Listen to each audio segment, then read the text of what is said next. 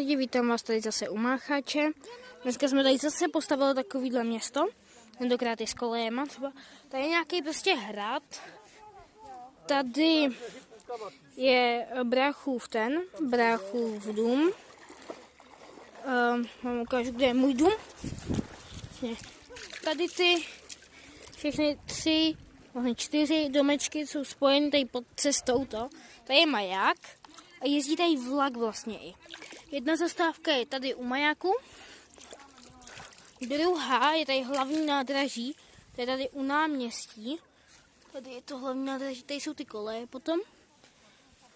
No, potom vedou tudy ty koleje, tady je další zastávka u hradu.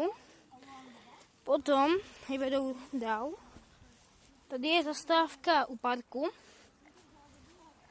A potom to vede tamhle zase okruh. No,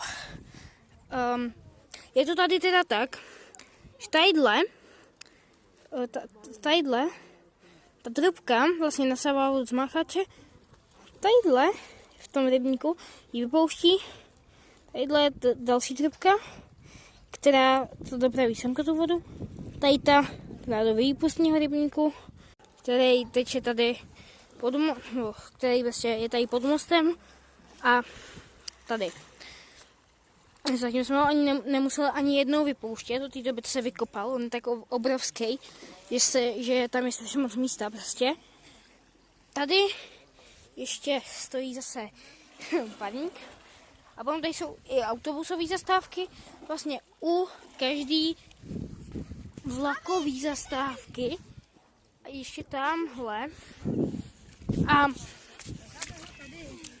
ještě tady je teda potom ještě tady někde tady u náměstí ještě to, tak tady jsou všude ty autobusové zastávky. Je teda ten most, který není úplně pevný. No, a to je všechno, tak nashledanou.